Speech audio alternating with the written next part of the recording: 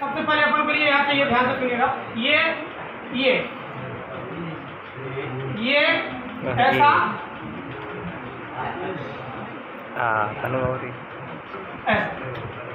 ये बन गई क्या मादा, क्या बन गई मादा।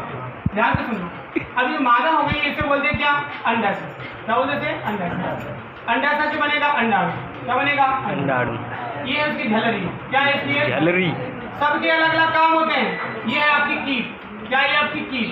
और यहाँ से लेके ये आपका एम्पुला। एम्पुला। Ampulla asthma. ठीक, यहाँ से पूरे भाग को कहते हैं क्या अंडवाहिनी।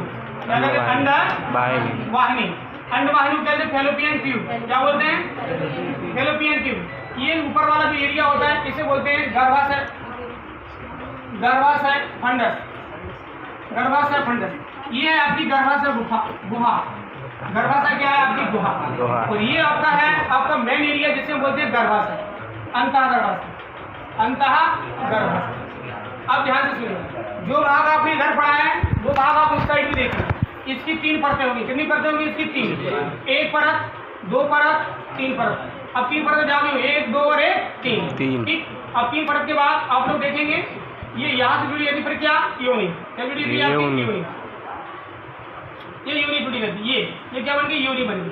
अब गर्भाशय कितने भाग होते हैं? 3। कितने होते हैं? 3। 3 के अलग अलग काम होते हैं। पहले को बोलते हैं सबसे अंदर वाले को बोलते हैं एंडोमेट्रियम।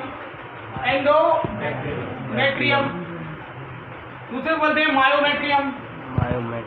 मायोमेट्रियम। और तीसरे बोलते हैं पेरीमेट्रियम। पेरीमेट्रियम। तो मायोमेट्रियम, पेरीमेट्रियम और इंडोमेट्रियम। इंडोमेट्रियम का मतलब होता है आंतरिक परत। क्या होती है? आंतरिक परत। आंतरिक परत। और ये मतलब होता है मध्य वाली परत। और ये मतलब होता है सबसे बाहरी परत। तो गर्भाशय की कितनी परतें होती हैं? 3। Myometrium, endometrium, perimetrium. पेरीमेट्रियम बाहर, मायोमेट्रियम मध्य की, एंडोमेट्रियम सबसे अंदर। एंडोक्राइनोलॉजी या एंडोस्पर्म या मतलब इंडो जब सब जुड़ा हो या इन माने अंदर, तो समझ अंदर वाली चीज होती है। अब यहाँ पर इसके 3 भाग होते हैं।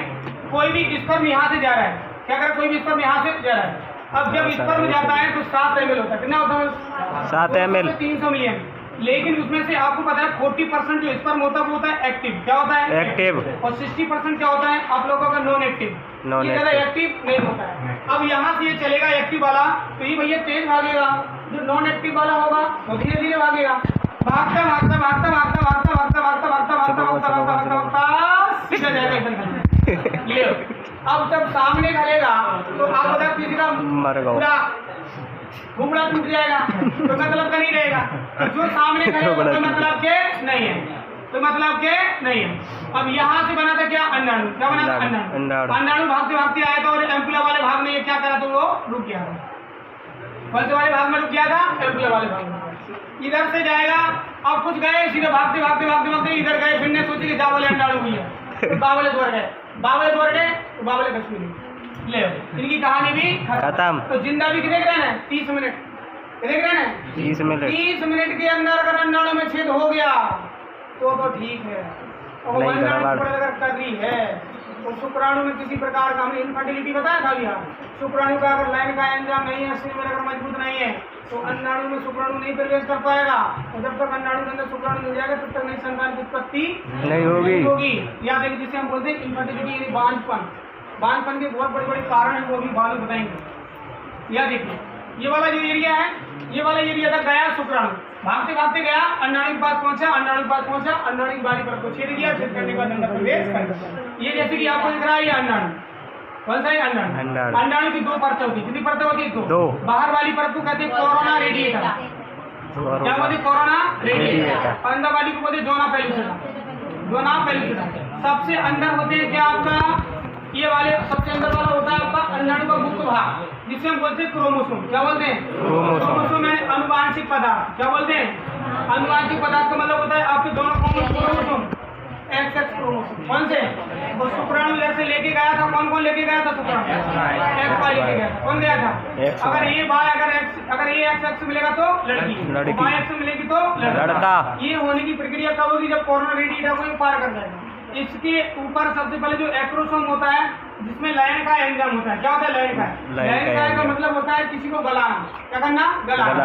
गलाने की प्रक्रिया अगर मुड़ी के अंदर है तो वो अंडाणु के बाहरी भाग को गला देगा, जिससे शुक्राणु अंदर प्रवेश कर जाएगा। शुक्राणु की मुड़ी के अंदर भी जो डीएनए आरएनए है, कौन है? DNA RNA. यहाँ भी है डीएनए आरएनए। आप लोग देखेंगे जब तक ये छेद नहीं कर पाएगा तब तक नई संतान की उत्पत्ति नहीं होगी। तो कई लोगों के क्या शुक्राणु जो स्पर्म होते हैं वो बिल्कुल एकदम डैमेज तरीके के होते हैं, नॉन एक्टिव होते हैं, जाते हैं फिर कहते हैं हमारे किसी प्रकार की संतान की उत्पत्ति नहीं हो रही है। तो डॉक्टरों का अलग अलग प्रकार से इलाज चलाता है। सबसे ज्यादा डॉक्टर उनके लिए देता है एक ही हार्मोन LH। क्या देता है?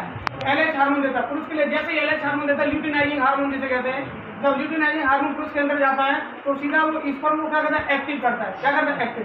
स्पर्म में लयन का एंजाइम की मात्रा को बढ़ा देता है, स्पर्म को एक्टिव कर देता है, जिससे स्पर्म क्या करता है? बहुत स्पीड से भागता है। तो भागता है एकदम से सीधा करके इसमें छेद कर देता है और नई संतान की उत्पत्ति हो जाती है। यहाँ देखिएगा, तो ये तो हो गया आपका।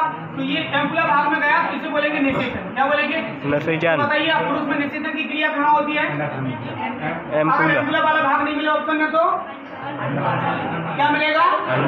अंडाणु की सफाई किसने कही थी भैया? झल्लरी ने। झल्लरी। अंडवाहिनी में किसने भेजा था?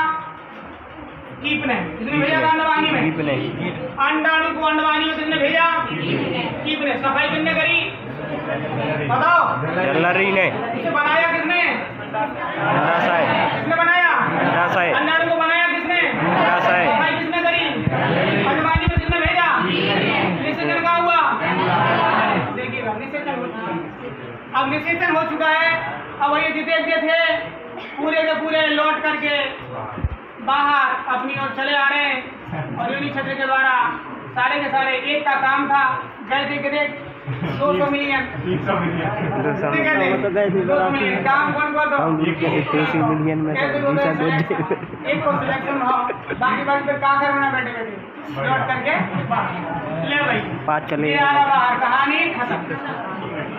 जब फर्टिलाइजेशन की प्रक्रिया हो गई तो ये ओवरी को क्या कर जाएगा? पता चल जाएगा कि भैया गर्भाशय में हलचल मच गई है, अब हमें नया ओवरी नहीं बनाना है, नया अंडाणु नहीं बनाना है। जब तक अंडाणु बनेगा नहीं तब तक मेंस्ट्रुएशन की साइकिल की क्रिया नहीं होगी। मेंस्ट्रुएशन की साइकिल की क्रिया नहीं हो तो समझ लेंगे प्रेगनेंसी की स्थिति बन गई है। देखो इसकी 3 परतें होती। कितनी परतें होती? 3। अब बच्चा आ गया गर्भ में। कहाँ गया बच्चा? गर्भ में। ये गर्भाशय है, यहाँ पर बच्चा आ गया। बच्चा का सिर हमेशा कहाँ रहता है? नीचे।